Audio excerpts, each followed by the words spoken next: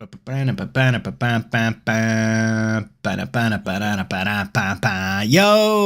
what up? Welcome to Cameos. We are back in the studios respectively, after a week hiatus, which is totally my fault. Had to do some family vacation. You know how summer is, but thrilled to be here. Couldn't be more excited to be doing another session with my favorite nerd friend of all time, Samson. I got a new chair. And can you do the lean back and forth? Oh my God. Yeah, look at that. He's noise. got full mobility, folks. Yeah, shout out to Tagreek. Tagreek, the Ted Dungeon Master. Thanks for donating the chair, because I don't know if y'all have noticed, but those of you who watch our stream live, Samson has not moved an inch in the last month and a half. He just has to sit there completely rigid. So thank you for Sam's back and yeah, for our I heard a squeak. No, that's different. that squeak is fine. There's always going to be some level of a squeak. Yes. If I hadn't said so already, my name is O'Shaughnessy. I am so excited to be here. We are Cameos, comic books, anime, movies, and everything else. Your weekly play-by-play. If there's a nerd culture around it, we try to cover it. But there are only two of us, so right now we are doing Miss Marvel and The Boys. So we're covering the last two episodes that have come out of those two. So for those of you guys hanging out, sticking around for the first half of this, I think you want to open it up with you pick, flip a coin. Bless you. Thank you. I guess I was contagious. I'm sorry. Allergy season. Yeah. I'll say let's do Ms. Marvel. I'm the least enthused about Ms. Marvel. I'll explain why, though, so. That's fair. Yeah, we want to end it on a high note, and I still stand by the fact that I think The Boys is the best thing on television. But Miss Marvel, I have been enjoying it, and our brief exchange of texts last night talking about getting set up for today led me to believe that maybe you and I are not of a like mind on that. So everything tapers off for me these days. I'll say that I don't enjoy it quite as much as I did at the start, but I still really like it. Well, tell me about why it fell off for you. I think, and what I think Disney's problem is that they're trying to cram way too much into this 6 episode 45 to 55 minute block. So at some point it starts to get corny, or it just doesn't make sense, or it's you don't, let's say for Miss Marvel, for example, I don't think they needed the clandestine, at least not in this season.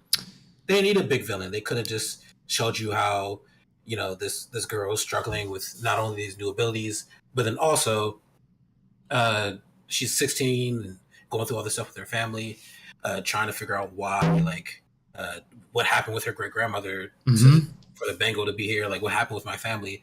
And I think to have her now conflict with Nadia because of her friend figures out who she is, and you're causing all these problems for the Pakistani community, and then you have the clandestine as well. You have Bruno's doing stuff. You have this new group whose name I forgot that fight the clandestine. It's too much. Department of Damage Control. Sorry.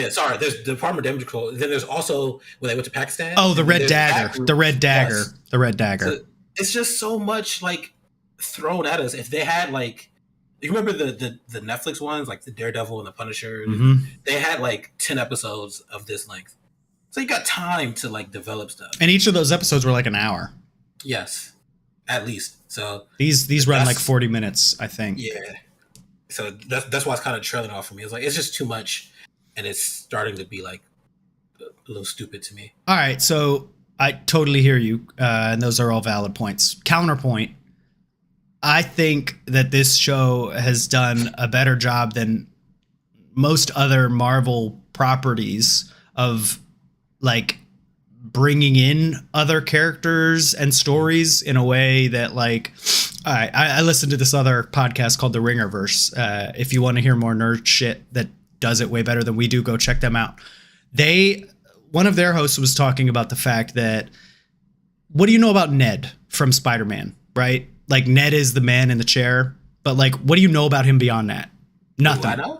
Yeah, no, I mean like from the movies, from the movies, from the movies? Right? That's what I mean. As a watcher of all the Spider-Man movies, Ned has been in like 4 movies at this point. You don't know anything about him other than he's like Peter's best friend. He's the man in the chair, and they go to school together. Whereas we are a few episodes into this, I already have a whole backstory on Bruno. I know a bunch about Nadia. She's running for the council on the, her mosque.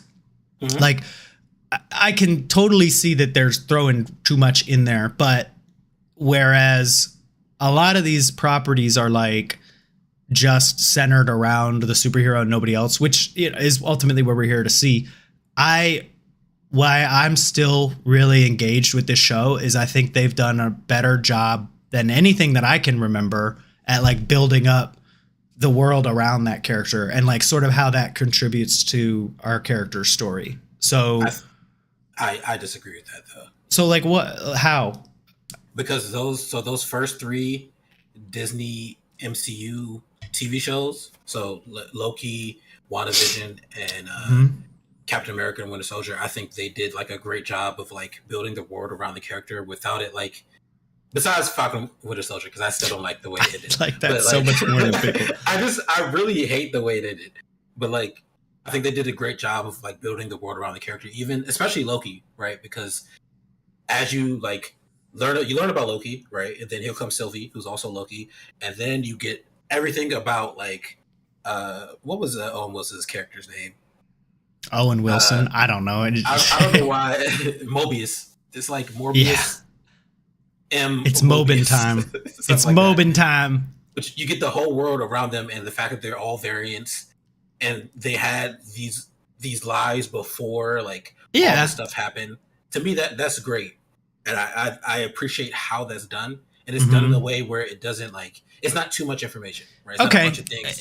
It all filled into like the same narrative. There was like one good guy, one bad guy, and then all the other characters sort of fit into that. I see that. Yes. I see that, but I don't think I connected with like anybody in Loki besides Mobin to the same degree that I like, I am interested in like what happens to Bruno, and like I may be less interested about Nadia's stuff, but she's been in the show for like all of 5.5 minutes.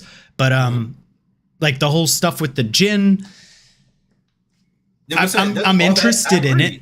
That's all interesting, and I'm interested in too. It's just it's too much because I know there's only 2 episodes left, right? So that's fair. All this stuff in only 2 episodes. So how am I going to get Bruno's struggle with? You're thinking about the disappointment that is inevitable 2 episodes from now. I'm still trying to live in the moment, where I'm like, oh, this stuff is engaging. To each their own, though. I respect that point of view because they are. One thing I think that we can both agree on is like them trying to cram this stuff into like 6 episodes and be all over the map with it. I don't think is the approach that either of us would like to see. I mean, if I got a choice, I would much rather get more Miss Marvel and have her story. I'd love to know way more about her than we do now, especially knowing that we only got 2 episodes left, then learn more about Bruno trying to go off to college. But since they've gone that route, I'm just kind of like, all right, I'm here for the ride. I did not expect to like the show at all. So like anything that it does is really, everything that it does to prove me wrong on that, I'm kind of like, oh, okay. So give props where they're due. Last episode. So let's see. Last 2 episodes. Yeah, 3 first, then 4. Yeah. So we got to see what happened at the end of the second one. The clandestine. We're like, all right, here we're done. They crashed her brother's wedding, right? No, that's into the third. That was in the 3rd episode. Okay, so that's where it picks up. I think the end of the second one, they're like, all right, we're done with this. Mm-hmm. Because she texts him like, yeah, it might be too dangerous. Let's figure Right, it out right, first. And right, they're like, right, nah, we're right. not waiting. So yeah, And then it's time. the whole Let's get in there. kerfuffle at the wedding Yes. goes down, which, you know, let's talk about the combat in this as a whole, because I think episodes 3 and 4 both had more fighting than we've seen up to now. Mm. What do you how do you think the action sequences are in this? Because they're lengthy fight sequences, if nothing else. Yeah, I appreciate that she can't fight. You know what I mean? Like, I always love that. Like, don't just have a character, oh, they're a superhero, so they can do Right. X, Y, Z. No, you can't. She's not Donnie Yen. No, So they she did a good can't- job of doing that with her, like, little montage with the Mario jumps, and like she can barely control her stuff. And Yes, I that love all of that. she It's suddenly really good. is not great in a fight, at least in the first one. I think she's still not great as she sneaks around. She doesn't know how to, at least in the third episode, she doesn't know how to use her powers as well still. So she's kind of, sneaking around that kitchen, Mm-hmm. trying to, elude the bad guys. And she pulls a fire alarm to get her family out of there. She Mhm. can't really do much. But I do like the way that other people fight. Mm-hmm. I wonder, like, are the clandestine like super strong, or like what's going on with them? They don't seem like too special. Like, it doesn't seem like they have like magical weapons that turn into Yeah. like bendy versions of themselves. Like the guy had like Yeah. a steel thing and it turned into like a whip. Yeah, I So want to they- talk more about the clandestine because I don't actually know their background, but it sounds like you might know a little bit. But It's like a I don't know how to explain them. They're like a random villainous / heroic group. In the comics, I think they're like from England or something. It's like are they guy in genies? the Are they Jinn? They have like a bunch of names. That's just one of the names Okay. that they have for the whole group. But they pop up randomly. I think they fight the X-Men at some point. They do Okay. a lot of random stuff. Are they from the because I know one of the theories that we had been throwing around at the beginning was that these are the negabands, and the like universe that she keeps seeing, or the dimension that she keeps seeing, is the dark dimension. Do the clandestine have anything to do with that? No, they're definitely from Earth. Okay. But what about that? What about the Nor world that they're trying to get back to? I think that was created for this, For the And show. I gotta check it. Like I said, the clandestine. It's not like there's some big in the comics. Kind of like a small offshoot. My thinking was I was wondering if the Nor world, or whatever they're calling it, was the dark dimension, or whatever Nah, No. and maybe it could be, and they could do that because, like I said, the negabands are in that dimension. They've already explored like alternate realities and multiple universes, Right. In the MCU. So this could be a way to do that. Plus, making her clandestine instead of making her Inhuman, even though Black Bolt was introduced as an Inhuman. I'm not giving up on the You know what I mean? Inhuman thing yet. Maybe she will be an Inhuman later. So one thing that Inhumans have, where I feel like this show could lean in if they wanted to go that way, is it's in their blood. Like, Inhumans are born that way, and this show focuses a lot on lineage, like her family history, her culture. But ultimately, all that leads back up, like, her genealogy, right, up to her great grandmother or whoever was on that train. So I feel like they could lean into that and just say, we saw in one of the scenes that the band that they pulled the body off of in episode 2, I think that was, in that flashback with her great grandmother. That might have been episode 3. Sorry, it's been a while. Vacation fried my brain. When they pulled that band off of that person, it was blue. So Kree, Yeah, but the negabands are one of the Kree inventions also. right? And so There's like a so bunch is of the different versions. so is the Inhuman project is all a Kree thing. It's all So Kree. Everything is Kree. everything's Kree. And Miss Marvel, Captain Marvel being the first property in the MCU where we saw Kree stuff, where they properly introduced it. So I feel like they could be doing their own spin on it, where they introduce the Inhumans in a different way. They could bridge all of this clandestine, and they could say the clandestine are an offshoot of the Inhumans. Yeah, they kind of like blend a lot of things in the cinematic universe from the comics. I would be surprised, since you proved me wrong last time, with them definitely saying without any uncertainty that Black Bolt is an Inhuman. They used the I word after that terrible TV show that I thought that word was going to be blackballed from Kevin Feige's like work forever. Since they threw him in so close to this property, if they stick with the fact that Inhumans exist but don't make Miss Marvel an Inhuman, I feel like that would be a weird way to go if they were just like, no, she's clandestine. I agree. Plus, the clandestine, like I said, clandestine don't matter. Maybe clandestines will just be like a segment of Inhuman, like the Inhumans, some of them when it went to be clandestines. I don't know that would make anybody mad. No, probably not. Yeah. So that's kind of like why I still like it. I've seen enough to keep me hooked. This show is definitely like not for what I would say is like our demographic, like men in their 30s. This is totally a like That's So Raven, but with superpowers kind of thing. But it's like a teen drama. For dramedy, what it's worth, comedy in there. This is way better than any like Xenon, whatever. Don't do that. Nothing's better than Xenon the sequel. Xenon the sequel. That's So Raven. Cetus Lapidus. This is way better than any of those. So it's like, don't do that. 100%. This show is actually acted by real people. They have more of a script. So that's, I think I'm still looking at this show in a positive light because I came into it with zero expectations. But and I just think it'll, like, if it was just her, Nadia, Bruno, growing up, going through things together, she saves random people in the town and she learns how to use her powers. And then maybe at the end of the season, she catches the eye of the clandestine. I would have loved the show. It's not throwing too much in there. In season 2, she can go to Pakistan, learn more. I do wonder about the inclusion of the damage control aspect. Like I'm curious why. That's gotta feed some larger narrative. They seem almost like you could just pull them right out of the story and nothing would change.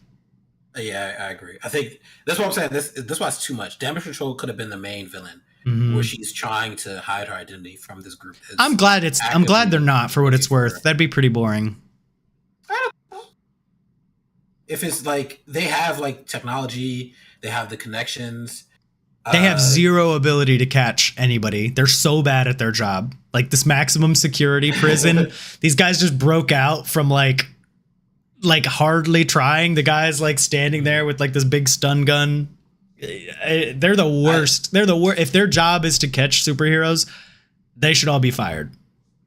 And also, this maximum security prison that these guys broke out of is the same maximum security prison that Abomination is just like walking in and out of with Wong doing these street fights that we saw in Shang-Chi. Same place. These guys need to get fired. We need to bring S.H.I.E.L.D. back. S.H.I.E.L.D. needs to come back. Sword's still around though, right?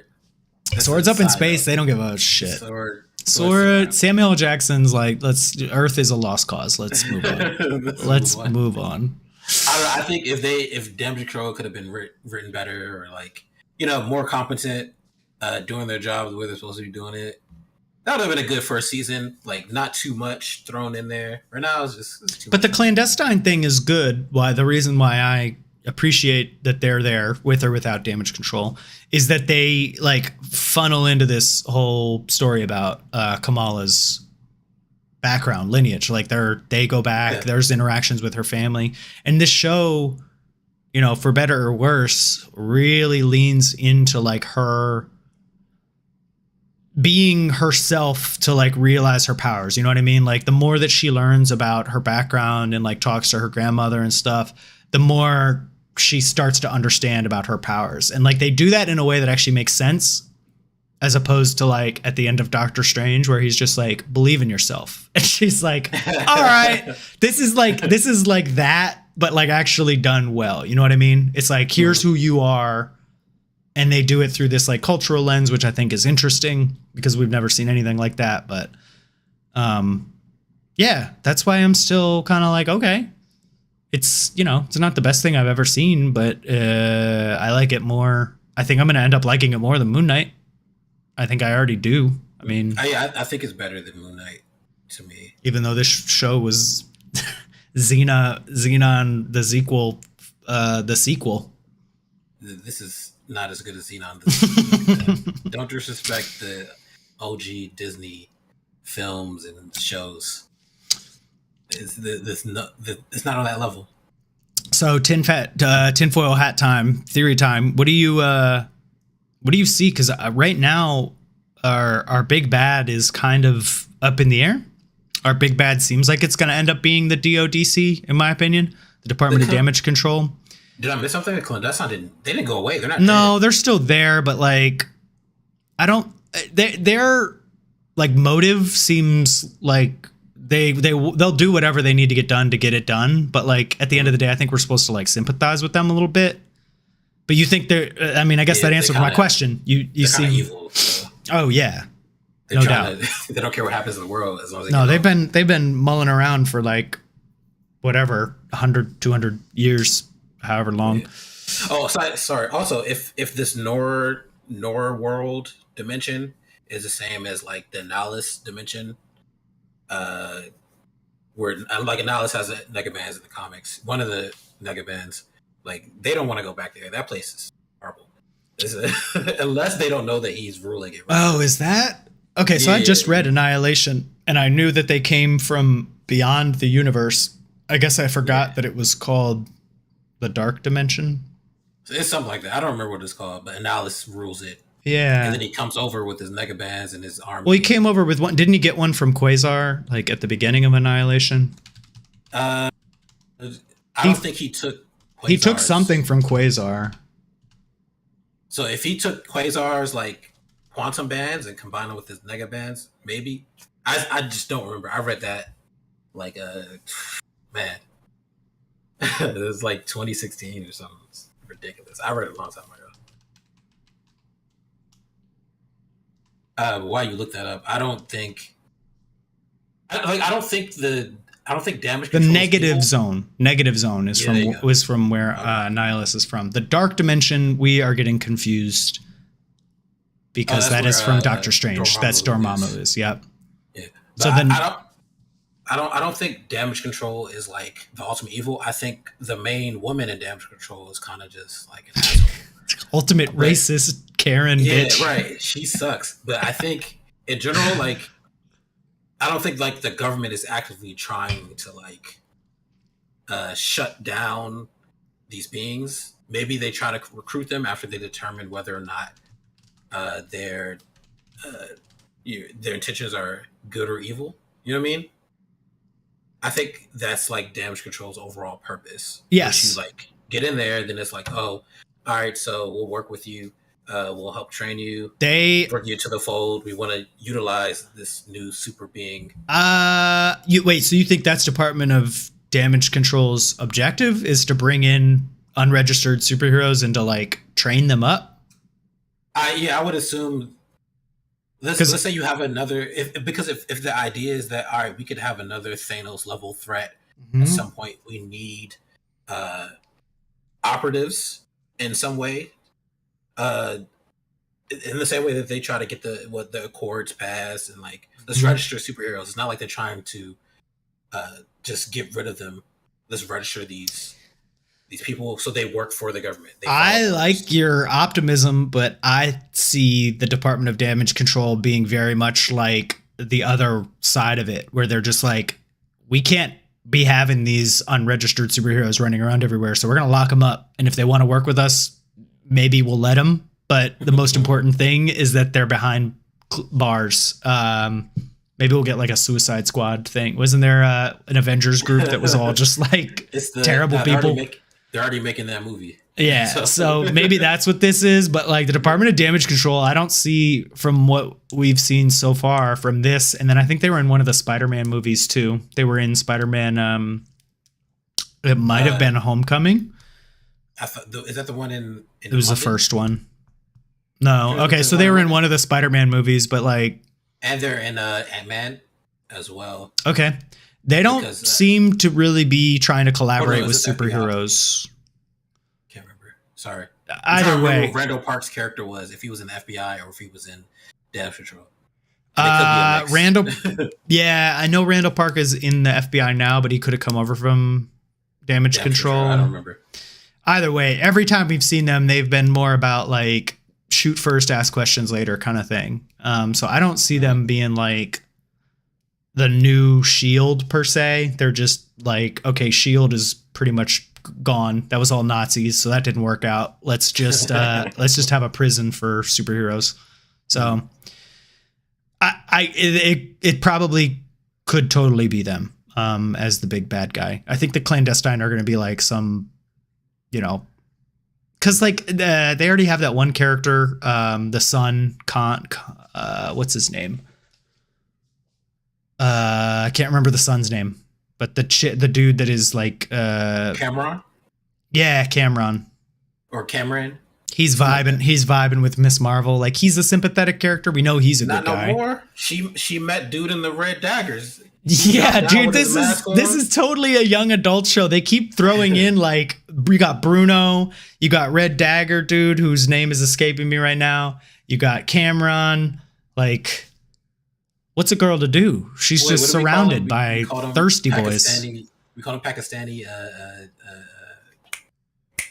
What's his Pakistani. The dude who's dating Kim Kardashian. Yeah, I forgot. I know. I remember that. Pete, come on, chat. Pete Davidson. Pakistani Pete Davidson. That's what we called him. That's why we couldn't remember his name. Because we just made up a name for him. Calling him that. Yeah. All right. Well, I am curious to see. We got 2 episodes left. 2 episodes get shaken out. And then our next property after this is going to be She-Hulk, where we're going to be back with the Department of Damage Control. We know a lot. So it's going to be interesting. Maybe that's the point of them being in this show now. Is to like refamiliarize yourself with them, because it seems like they're going to be a big part of the next one, where it's literally just about like superheroes going to court. I hope that's more of a comedy than like we need some action in here. It was supposed to be. I don't think honestly. I don't think you need action in all of these shows. Like at some point, it's not really that necessary to me. No. Like even in this, I don't think they needed the action scenes. They could have had her struggle with her power and maybe do like maybe stop a bank robber. You know, like do something random. But I think I'd like to see just characters develop. That's like cool. I appreciate the fight scenes because they do show that she like doesn't properly know how to use them, and that's nice to like see that she's still learning this shit. By the time we met Spider-Man in the MCU, my man was already catching buses and being adopted by Tony Stark. You know what I mean? Like the origin story stuff, I feel like we haven't seen like a proper one in a while. Moon Knight was already well established. By the time we met him, he was already doing his shit. You know, that's a good point. I don't think we've seen an origin story for a superhero since Doctor Strange. Yeah. Or sorry, Miss Marvel or Captain Marvel. Captain Marvel came. Captain Marvel, I guess. Doctor Strange, but dude, she came out the gate like power level over 9,000. She had no training montage. She didn't have Bruno up on the rooftops. She just like she got infected by but I mean like she didn't have to learn how to use her powers. She's just like, oh, I'm radioactive and I'm a goddess. Boom, boom. And she's just like running around shooting shotgun key blasts out of her fists. Like this is just cool to see. It's like it reminds me of when we got to see Tobey Maguire learning how to use his powers. Haven't really seen that since. Or Tony Stark, I think, you know, when he first built the Iron Man suit, that was some cool, like, okay, this is how he became. Right, okay. 2 more, and then it's done. And then we get a lead up to The Marvels, and then right after that is Secret Invasion. Or I Am Groot is somewhere in there. Oh no, I mean like following the Miss Marvel storyline. Yeah, okay. Oh, so, and I am interested to see like this. Oh, Captain Marvel 2's in there. Situation. Yeah, Captain Marvel 2 is somewhere in there. But this whole train situation, like the significance of it, like whatever's going on with her great grandmother, I'm sure she's still alive somewhere. Probably has the other band. So, yeah, I'm interested to see that. We'll see what happens tomorrow, actually, because another episode tomorrow. Maybe it'll impress you. Maybe. All right, cool. Well, those of you guys that are hanging out, we are gonna continue on our lively conversation next, talking about The Boys. But for everybody else listening in the future on our podcast or YouTube or wherever you may want to find us, go ahead and follow us on Twitter. We are CAMEE_OS. I try to post updates on there about when we're going to stream because we are on Twitch at CAMEOs. So yeah, thanks for tuning in, dudes. Peace on that one. Bazinga. Bati. All right. So the man of the hour, the boy of the hour, should I say?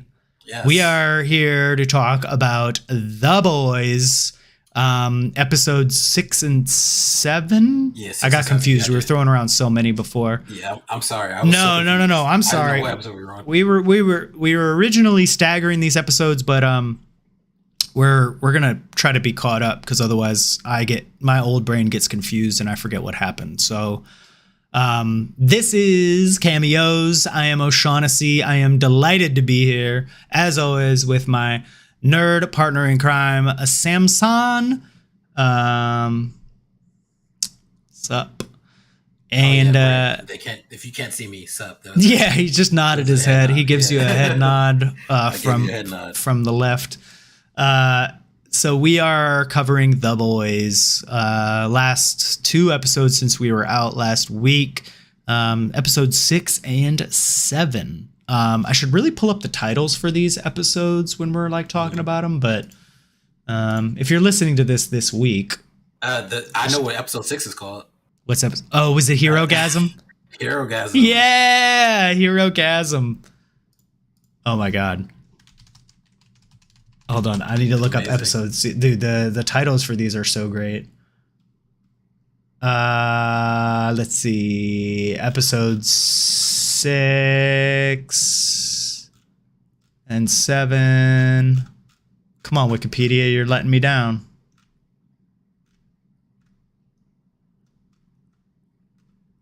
Anyway, not worth it, clearly, at this point. So yeah.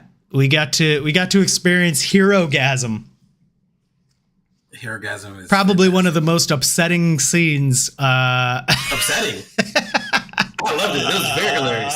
Marvin's entire. I was about to say I don't think would agree with you. That was hilarious and crazy and totally unexpected, and that just goes to show you that they got no chill. Seth Rogen. The rest of the showrunners really just try to push the envelope every time. So what are they doing? Like, I really liked how we got to see all of the groups kind of consolidate at Herogasm. It was just supposed to be like... besides Frenchie and Kimiko, they had their own. Yeah, they got their own story. But, I guess that's an interesting point to, like, take off on. How do you feel about the group being so broken up right now? In past seasons, there's been like a few storylines going on here, there, and yonder. But right now, I feel like we really got, like, even from the boys' standpoint, 3 completely different storylines, not to mention the other ones happening with Vought and all that shit. Well, I think that's only for like episode 6. It's like really 5 and 6 because after 6, Kimiko and Frenchie, they come back, right? And then they're with the Marvin and Starlight faction of things. But I think like Huey and Butcher have like gone into the deep end. Like The canary. They don't have any respect anymore. Like they lost. It's like they've become what they hate, right? And then that loses the respect of the entire group because you're doing this. Like there has to be a line that's drawn. Yeah, it doesn't have a line anymore. I appreciate that. They do really definitely explore that and then make you feel like those characters really have no leg to stand on. But at the same time, you can see where they're coming from, which I appreciate. So yeah, let's talk more about Herogasm, where everybody sort of groups up.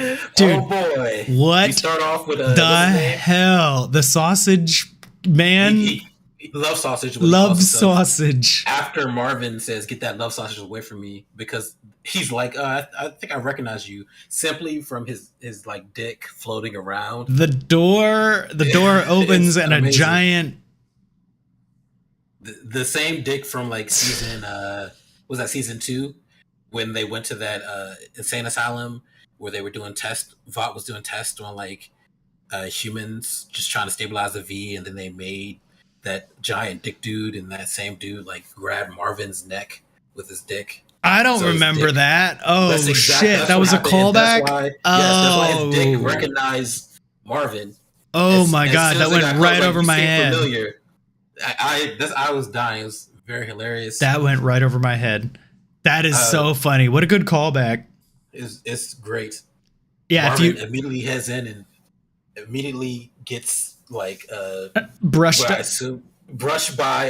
the little dude that shrunk down and popped back up. The termite, yeah, that exploded that dude's dick in the first episode. And I assume he was like crawling through someone else's dick or something. He rubs up against MM, and MM's like, "What is that? What is that?" Like his favorite jacket. Then he's like, "All right, I need to find a bathroom." Immediately opens a door and like somebody comes all in his face. Dude, whoever did the practical effects for that, like, they did a great job because that looked horrible. It's hilarious. It's like that scene in Scary Movie 2 when it was like that. Neil Patrick Harris is like, I can't, I want to die if you don't jerk me off. So the girl jerks him off, and then he had been holding it because he's trying to have sex with her the whole movie, and then it just splashes all over all the way up on the ceiling. Fantastic. Yeah. Yes, Chet. I know dicks. I specialize in dicks. I'm not going to pause it. I know. Yeah, I couldn't believe, dude. Just when you think that show will like find a way to find the line, they are like, there's no line. There is no line. You had some hero was over there using his mind to like get that was 3 women to orgasm. Funny. Like, can you imagine what the writer's room must have been like while they were thinking up, like, okay, what kind of superpowers can we incorporate into an orgy? And like, not just a regular orgy, but like a massive orgy, like a house where everybody's fucking all over the place and everybody has their own powers. That must have been so hilarious to come up with. I'm sure they smoked something and then just, what if there's a guy that like levitates dildos? There's a dildo floating around.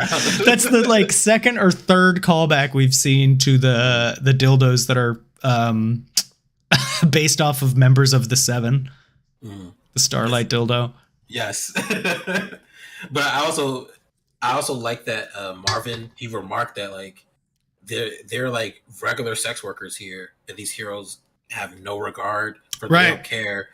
And like as he says that, you see a scene of like one of the heroes is like having sex with one of the sex workers, and she's like in pain. Yeah, he doesn't care that he's hurting her. No. So this show, like, it's still tough.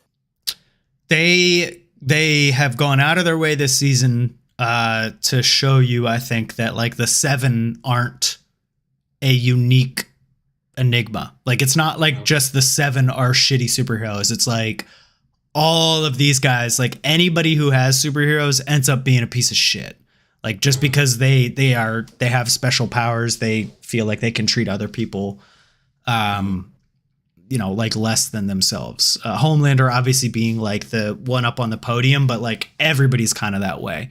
And MM's whole vendetta in this, season is kind of capped off when he talks to Soldier Boy. And Soldier Boy is like, so any of the chat says a God complex. Yeah, they all have God complex for sure. Something. Right. Yeah. Look at you coming in with something productive instead of just screaming memes instead of haram. Screaming haram the entire time. But like MM's whole thing is capped off with that conversation he has with Soldier Boy, and he's like, "You killed my family." Soldier Boy's like, "Which one?" Backstory. That's actually extra racist. I appreciate the racism from Soldier Boy. You tend to forget that he's like he's from that era. Side note, just the fact that he was like Bill Cosby's American's dad. Oh my God, dude! I texted you when I saw that. Yes. No, okay, it wasn't just that. Hilarious. It wasn't just that. He was like, he saw somebody wearing the Baby Bjorn in a commercial, and he's like, men actually wear that, and Huey's like, well, yeah, those with dads do, those who are dads do, and then Soldier Boy's like, the only dad I know is Bill Cosby, and he'd never be caught dead wearing that, and Huey's like, all right, that's complicated on a bunch of levels. And then he gets cut off by Soldier Boy saying, well, he made a hell of a drink, though. And it was like, oh, my God. The double whammy. Back when men were men. Just extra, like, toxic. It was great. It was very hilarious. The Bill Cosby double joke really hit me. I was like, oh, wow, they made an allusion to Bill Cosby being a piece of shit. And then they were like, hilarious. They just were like, double down on it. Oh, so good. It was very hilarious, and I appreciate that. Like, Soldier Boy is still like racist at the end of the day. So as soon as he sees Marvin, you kill my family. Which one? Super racist. There's no need for that. Marvin just squares up because whatever he threw at him didn't work because he just snorted it. Right. So their whole plan was to use like some kind of halothane to knock him out. But when they had that plan, Frenchie wasn't there. Right. So they didn't actually know what it was. They just assumed, like, we'll just try halothane. It would work. So it didn't work. Great scene to me. And before this, Marvin explains what happened to his family to Starlight because she's like, everyone sees him twitching, so she's wondering like what happened. And then he says, Soldier Boy was outside fighting some villains. Woke my grandpa up. Soldier Boy threw a car through the house. It hit 6 inches in front of me, killed my grandpa instantly. Mm-hmm. And how he struggles, like, if I hadn't woke my grandpa up, he'd still be alive. And how that all adds to his anxiety. The OCD. He checks, like, if I don't turn the stove off, Soldier Boy will come and kill your family. Like, all this stuff. Like, that was like yeah, man. I think it's good, but it's like a great touch. No, and one thing that I was noticing is we haven't really gotten a background on most of the characters up to now, which is kind of saying something considering we're 4 seasons deep and the show is as good as, or 3 seasons deep. And the show, wait, what? There was a secret season nobody knows about. No, we're 3 seasons deep. We're, probably over halfway done with this one. And we know so little about the background of these characters, but then we get that thing with which was awesome. And it was like, oh shit, like I'm feeling feels. And then in episode 7, we get the whole background for Butcher, which I was like, as I was watching when he gets invaded by Mind Blaster, I'm like, holy shit. In the back of my head, I'm thinking like, we really haven't gotten any of this. We know his dad's a piece of shit. But like, we know his brother's dead. We know we know very little about these characters, and then to just get it like laid out like that, I was like, it kind of struck me with like again with how good this show is that you can go that long with knowing that little about the character's background. I think says a lot about it. And I think they do it in a good way where it makes sense to. Yeah, it wasn't even just like him waking up from a dream or some stupid shit. It was like it was part of the episode. Like you live out your worst nightmare. Yes. So he was going to have to watch his brother kill himself at the end of all this. And it's like it's his fault that his brother killed himself. And I think before all this, we had Kimiko's backstory because it made sense to explain why she was there and what happened to her. We had part of Frenchie's, and I think we got a little more. We've gotten a little bit more of that this season. Of Frenchie, yeah. We had maybe Starlight's a little bit, and Huey's, of course. But Huey has like the least, like he doesn't have like a terrible past, so his was the easiest to give. So I think it was really well done to get the context, and it was, to me, it was done at a good time. Like it wasn't like a cheesy like, we don't need this right now. It was perfectly done to me. I think that a lot of shows suffer later on in their seasons when they just kind of run out of stories to tell, and so they throw in the backstory. Yeah. And then that's like how it feels. Like you'll have like a whole season about Butcher's backstory or some shit like that. This show, I think, is very well done in that they're able to just kind of like sneak it in. And I have noticed, now that we're talking about it, that most of that stuff has come this season. With Frenchie obviously being introduced to Nina, MM's whole thing with his grandfather, and now Butcher with his backstory, but like not episodes dedicated to it. Like Butcher's thing was by far the longest like exposition, I'll say, that we've gotten on it, but like just very cleverly woven throughout. I think that's what, that's what you were saying. Yeah, it was very good. Mm-hmm. And speaking of Frenchie, he had like the whole, we should talk about Chemical. We should have talked about Chemical and Frenchie first before we started with Herogasm, but that's clearly both of our favorite parts. No, that was that may be the best thing to come out of this season, which is saying a lot, because like, dude, just MM's reactions in that, just, I know we're not talking about Herogasm anymore, but like just his like, that's how I would act in that situation. Like somebody rubs up against me and there's just some liquid like all over me, and I'm like, oh, what the fuck is that? And then he opens the door and it's like like covered head to toe, and just like, I need to go to a bathroom. Like also, before we get off of Herogasm, a lot of important stuff happened in Herogasm that we gotta discuss. Was Huey teleports into Herogasm. He sees A-Train. But A-Train at this point has like, he's transformed because he realizes like the error of his ways after his brother got hurt, and after Amy yelled at him about like, you are a murderer, and now because something's happened to you, now now you decide to grow a conscience. Right. But he has his conscience, and like Huey has powers. He's like, yo, you never apologize. And the A-Train, oh, I'm sorry. And then I wasn't expecting this, so he punched him in the face. But he didn't say I'm sorry like dismissively. He was like, I'm sorry. He was like legitimately sorry, like really sorrowful. Huey punches him in the face anyway. A-Train is confused how he hurt him, but whatever. A-Train like he's there because Blue Hawk is there. Yeah, the guy that injured his brother. And A-Train does the best thing in the show to me. He takes this racist asshole and like puts his face in the pavement, and then like drags him at full speed down the road. He turns him into a literal skid mark. Like, like the whole, that was wild. Amazing. I loved it. and given the fact that he knew that using his powers would probably make his heart explode, he did it anyway. Yeah, man, it was a redemption. Unfortunately, we find out in the next episode that didn't kill him, and that he got the heart yes. from the guy.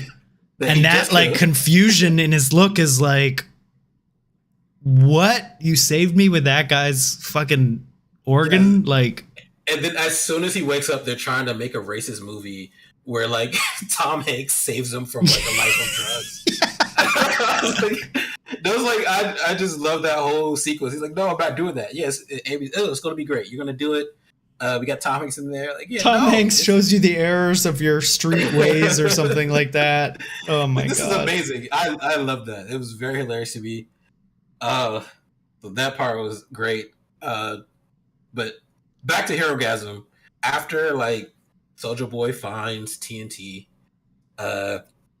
he gets pissed because he hears like Black Noir orchestrate the whole thing, and he's like, all right, Black Noir did it. It had to have been Vought. But Soulja Boy keeps having PTSD every time he hears Russian music. Or there's Russian anything. Yeah, anything that relates to what happened to him in Russia. And there's Russian music playing because Love Sausage is Russian. So while he's like he has his dick wrapped around some girl. It's like tentacle board. It's like wrapped around her Yes. and then inside her. So as that's going on, he's playing Russian music. So the Soldier Boy spazzes. He starts killing people. He just basically explodes. I mean, yes, he's he like, explodes. it's not. He doesn't control it, and he also doesn't remember doing it. These he episodes. never remembers when it happens. Right. Then later, here comes Homelander, and this was like one of the best scenes. I was like waiting for this because Homelander gets his ass beat finally. Mm-hmm. And he's overpowering. He like the first thing he does, he lasers Butcher. Like, all right, you're dead. Now I'm gonna beat Soldier Boy's ass, but he can't beat Soldier Boy's ass because Soldier Boy is still strong. Soldier Boy fights better, and then Butcher stands back up and lasers Homelander. They jump him. They beat his ass. Here comes Huey. Huey jumps in to beat his ass as well. and dodge lasers, but just the fact that Huey has to fight naked is just very hilarious. I like how they didn't back down on that. They're like, "Yep, this is what it is." Yeah, I don't care how many times you teleport. You're gonna be. And when he teleports Starlight, her clothes disappear too. Yes, everyone's asshole naked. If it's very funny to me. Asshole naked. But they're beating Homelander's ass. There's nothing he could do. Eventually he just runs away. Like, nope, not doing this. And he dips. And it's like it's the first time we see him lose. Yeah, it's the first time we see him lose. He finally got the ass over that he deserved. Soldier Boy couldn't kill him. Like, I think he needs time to charge up the fire that burns out the V. Oh, we also know that that's what it does. Whatever is in him, it burns the V out of you, and you lose your powers. So we still haven't learned how Soldier Boy got that power, because I think we don't know how yet. He was just supposed to be like basically Homelander, but he couldn't fly, pretty much, and he doesn't have eye beams. So that's going to be interesting to see if that happened, like if that was part of the experiments they did on him in Russia. I would assume it is, yeah. But yeah, they haven't explicitly said why he can do that yet. We'll probably get that later. We got 3 more episodes? Or I mean, is it 10? I think it's 10. Or sorry, so 2 more. Or no, 3 more. I can't do math. Well, we got more episodes for that. Yeah. Then back to Kimiko and Frenchie. Since Frenchie didn't kill for Nina, Nina kidnaps Kimiko and what's the girl's name? His best friend or whatever. And he's like, all right, I'm gonna kill one of them. You choose. Kimiko still doesn't have her powers, but she's like slippery. She like unhooks her handcuffs with a popsicle stick, and then just starts killing Nina's henchmen. That Nina's was like, wild. Oh shit! I love that. I was like, oh shit! I appreciate the first 2 seasons of The Boys were only 8 episodes, so we might only have 1 left. 1 more left, really? So we'll probably get left on that cliffhanger. We got left on the cliffhanger anyway, so I was going to save that for the end. After the last thing we missed is Kimiko and Frenchie.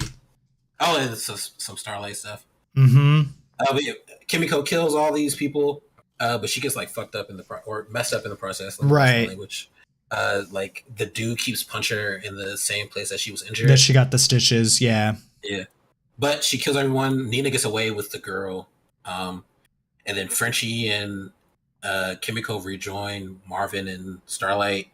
And then Kimiko asks Starlight to get her V because she wants her powers back. Because she wants to be able to heal. Because at this point, she's just in love with Frenchie. They talk about their kiss and all this stuff. It's cute. There's some good development there. Starlight leaves the 7. She airs out everything that's going on. And yeah, she uses her social media following basically to hurt them in the only way that they can be hurt, which is by their public image. Really quick, Frenchie and Kimiko. So they had kissed for the first time, I think, when she was in the hospital, right? Yes. And then as soon as they kissed, he got kidnapped. Right. So she was like, was it weird? Then later in the 7th episode,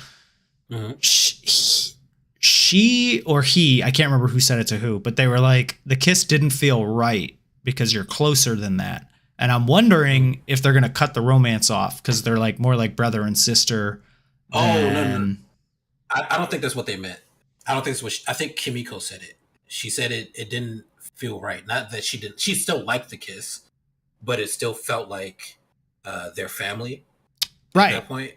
But I don't think that meant that's like what I mean. No, I don't think that meant the romance is not there. I think it's like that's love. It's not just sexual between the two of them. That's what I think it meant. Okay, you could be right. I was just when I saw that I was like your family, and I'm like, oh, are they gonna nip this in the bud and make this like a platonic thing? And I think it was more like you're all I have. Yeah. Could be. It's like, yeah, that's what I think it could be. It was.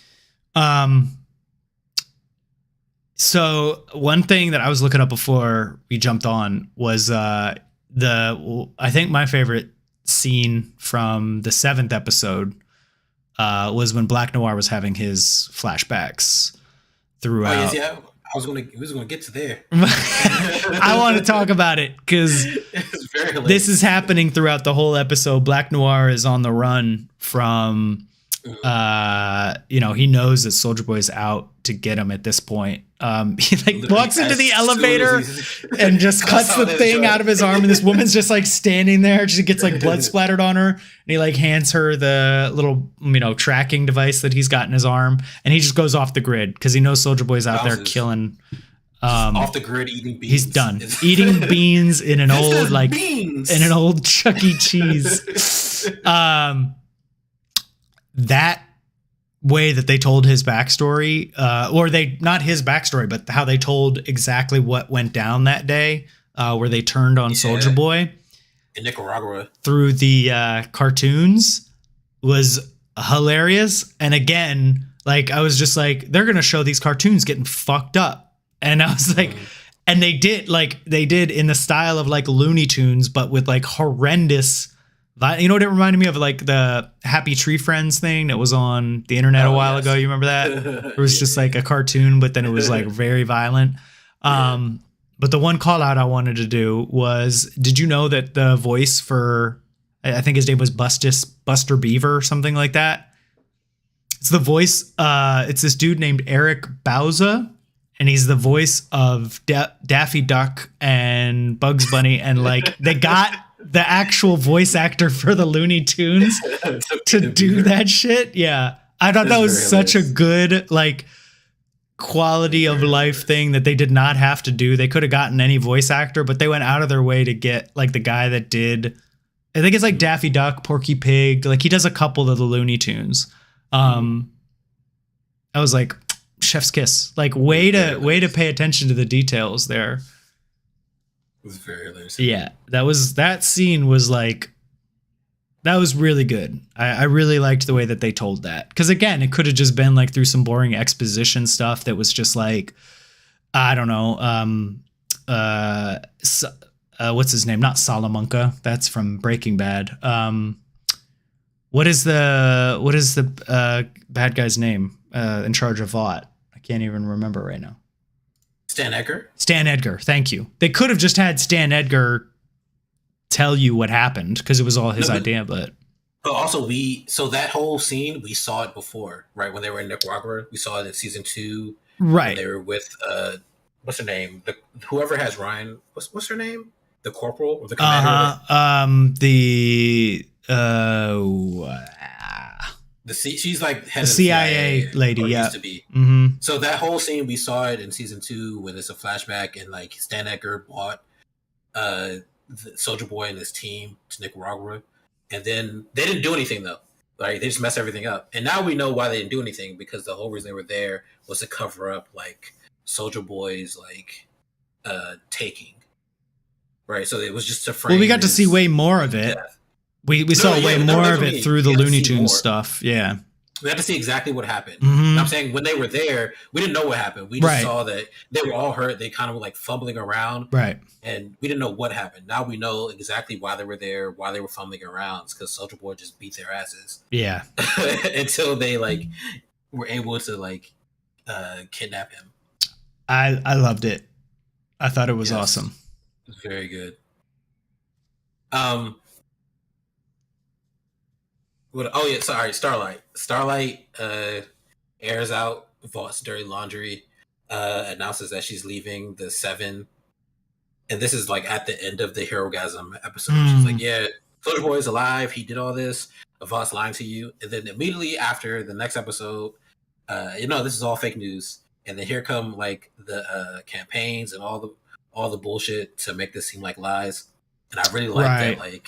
Like Marvin's daughter was with his ex's boyfriend. They went to a Homelander event. Mm-hmm. He's like, "No, they're lying to you." A Homelander Guy rally. went to a Homelander rally. Like, all right, well, Starlight's a bigger liar, so everyone's lying. Yes, they're all lying. And the fact that he doesn't believe this man that is like a soldier and is like really in the mix, Working for the CIA. Yeah. yes, and you just believe the propaganda. It's like another chef's kiss. It was very good to me.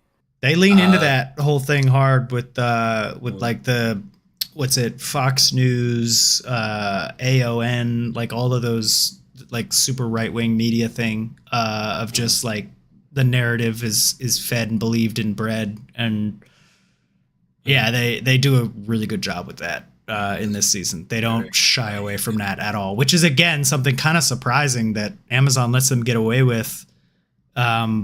Considering their base, it's an exact parody of like Tucker Carlson, like it's like or like any of those other like gaslighting news shows on I forget the name of the other one. It's not InfoWars, but there's another Newsmax, I think, or something like that.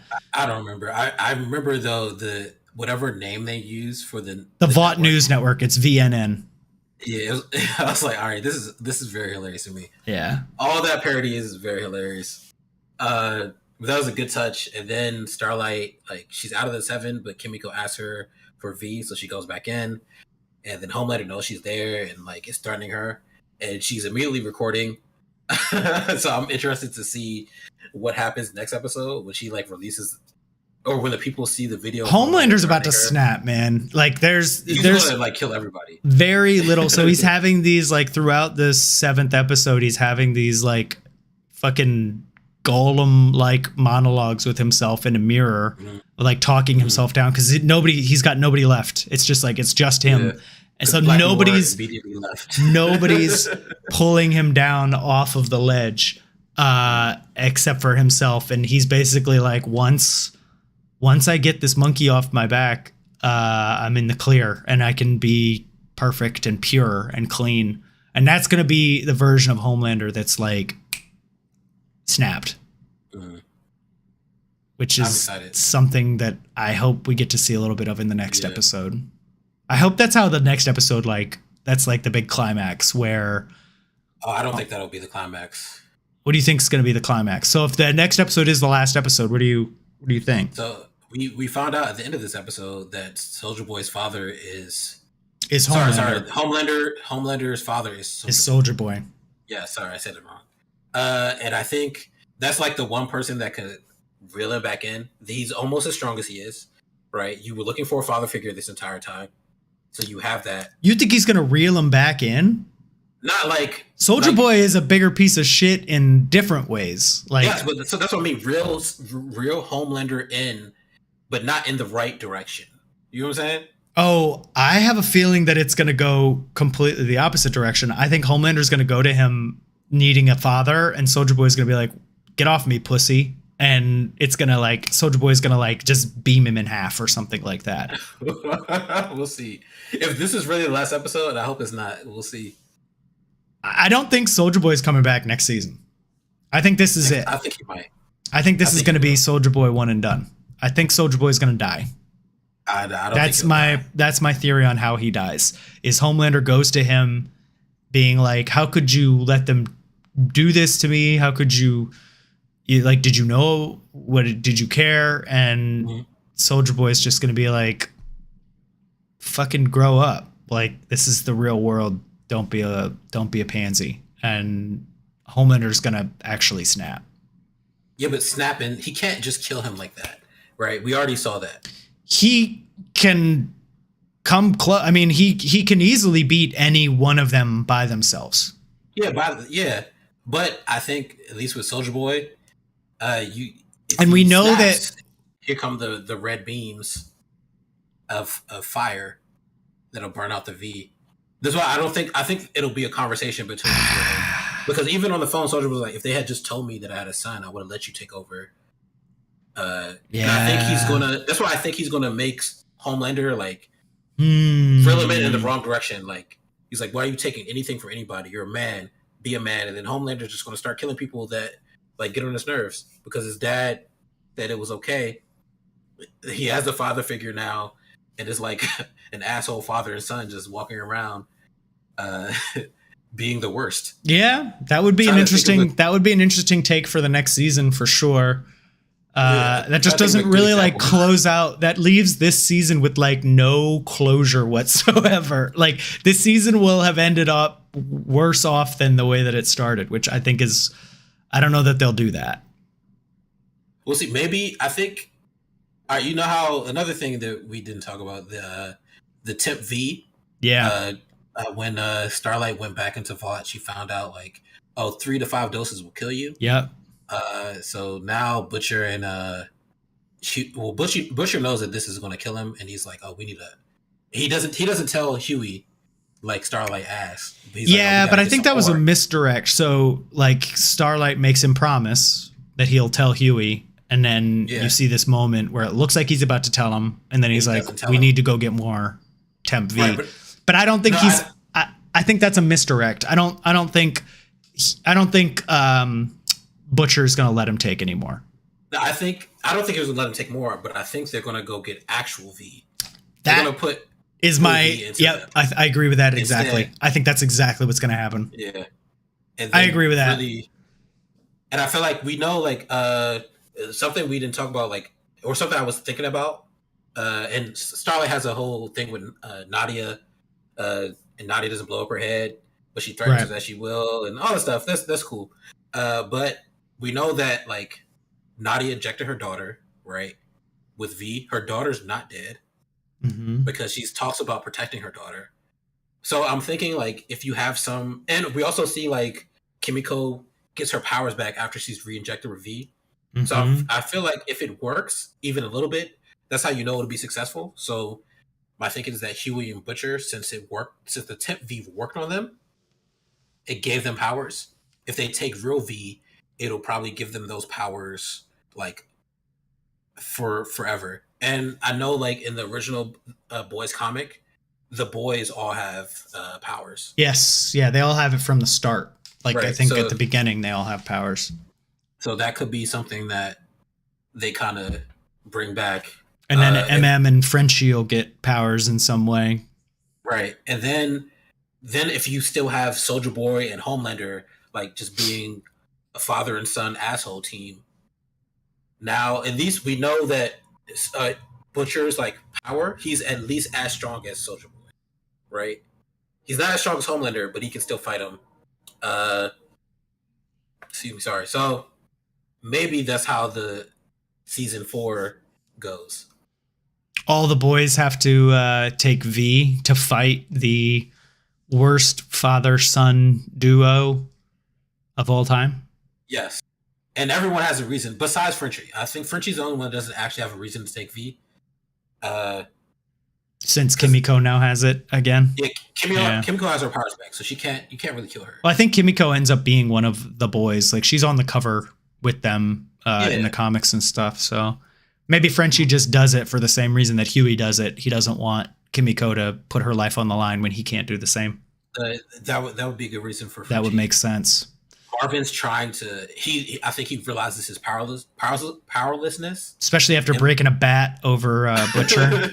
Literally nothing. When he tries to square up against Butcher, it was hilarious. It was like, oh man, I feel the pain. This is tough. That was tough. But he really wants to kill Soldier Boy, so there's his reason. Huey and Butcher already have their reason, so yeah. Bless you, golly. Oh, you're muted still, so nobody can hear you. All right, I think that's what we'll get from season 4. I think that'd be a cool lead up. So we got one episode left. Comes out on Friday. I love the show. I recommended it the other day. Oh So yeah. And now, did I tell you Nicole wants to watch it?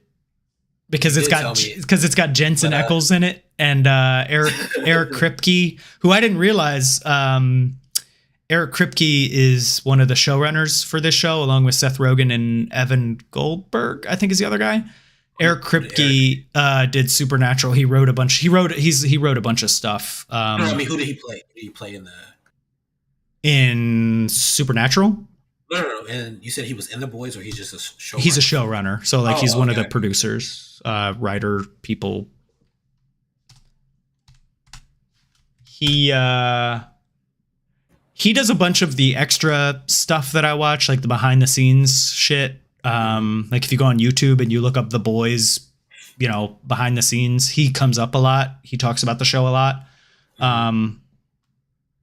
He's really good. I think he's a big reason for why the show is the way that it is. We give Seth Rogen a lot of credit, but I think this dude is a huge credit onto that. It's hilarious to me. So I like that Seth Rogen acted in it. Yeah. It's just funny because he's got full credit on this one and our other favorite Amazon Prime show, Invincible, which we'll be covering that when that comes out. I'm sure that's going to be awesome. I'm telling you, if you just watch Future Man, it is so Future Man.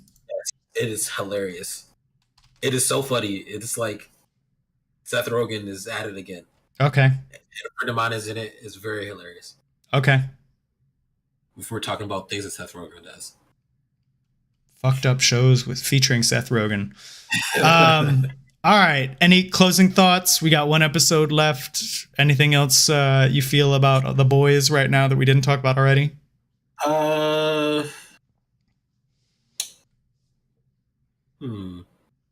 We should do like a fan mail segment.